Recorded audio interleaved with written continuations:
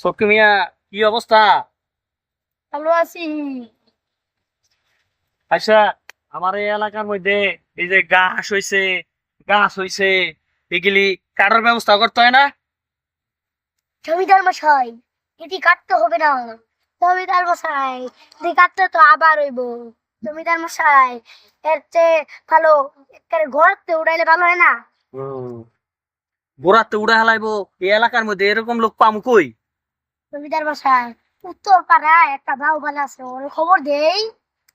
তাহলে বই রেসুস কে? ওরে খবর দে।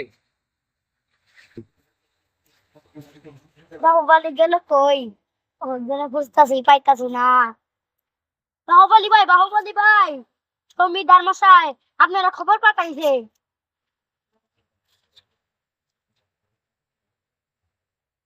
এই এলাকায় বাহুবলী আমি। জমিদার মশাই যেহেতু আমাকে খবর পাঠাইছে, চলো যাই। জমিদার মশাই, আপনারা কি আমাকে খবর পাঠাইয়াছেন? কে তুমি?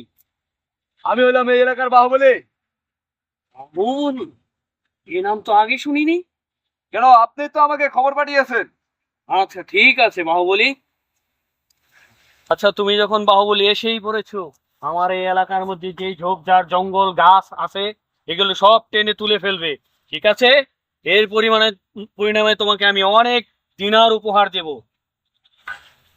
ঠিক আছে জমিদার মশাই, এটি কোনো ঘটনাই না বাহুবলীর কাছে।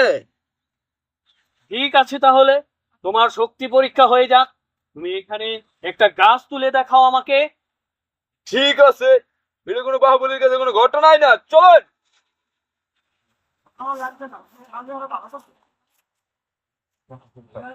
ঠিক আছে, তাহলে তোমার শক্তি পরীক্ষা হয়ে যাক। এই গাছটা তুলে দেখাও তো। ঠিক আছে, আপনি তাহলে দেখেন আমার শক্তি। উফ, বাহ। দে আর একবার দেই, এবার পারবোই।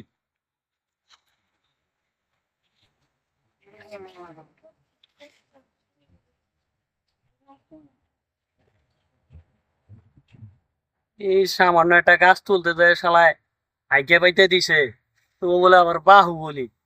হুম।